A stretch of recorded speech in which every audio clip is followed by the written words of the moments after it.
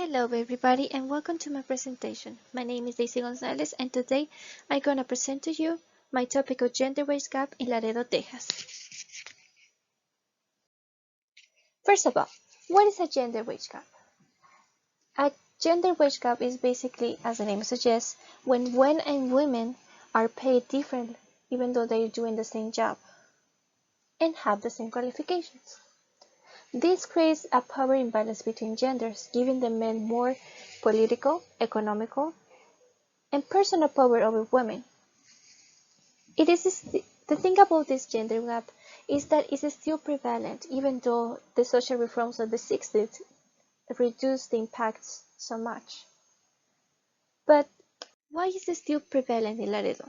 Well, we can attribute this to the fact that how society of Laredo views women, their participation in part-time and full-time jobs, and the environment of labor unions.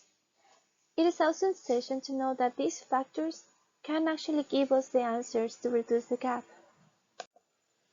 Perception of women. The females in the Hispanic and Latino communities, which is the most prominent ethnicity in Laredo, are expected to be the caregivers of their family, while men are expected to be the breadwinners. This perception makes women less likely to be involved in the labor force as a full-time. Women and relationship to jobs. According to Mara and her collaborators, 49% of wage disparities in 2010 are attributed to the fact that women work part-time jobs than men, even more. This is in order to fulfill their role as caretaker and provide for their family. Now, while comparing to females and male full-time and part-time jobs, men tend to have more percentages in full-time jobs, while women tend to have even more percentages in part-time jobs. Now, potential mothers.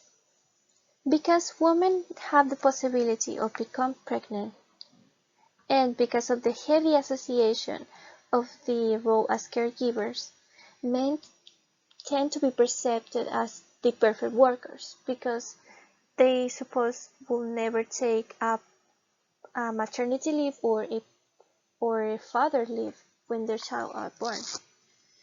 They represent a less risky take for upcoming events of paternity. Women, for the other side, even though they have the same skills and knowledge than men, are seen as a potential threat for the economy of the corporation they're working in. Here's a solution. By increasing competition between men and women, this means by teaching them that both can do the same job with the same quality, reduces the stereotypes that men are the breadwinners and women are the caretakers, thus increasing their jobs, salaries, and their position of power. Now, we have the first solution, which is unions.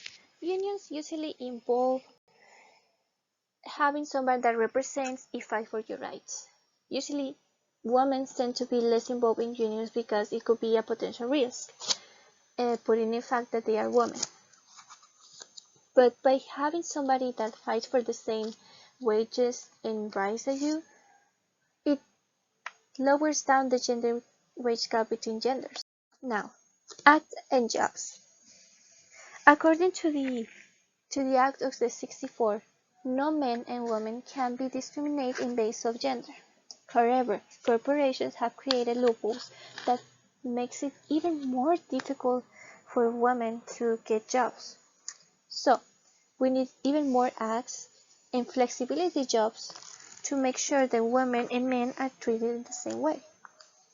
By increasing the flexibility in working hours in high-paying jobs, men and women have the same chance and opportunity to accomplish the tasks on the jobs and the same workers, with the same responsibilities as caretakers.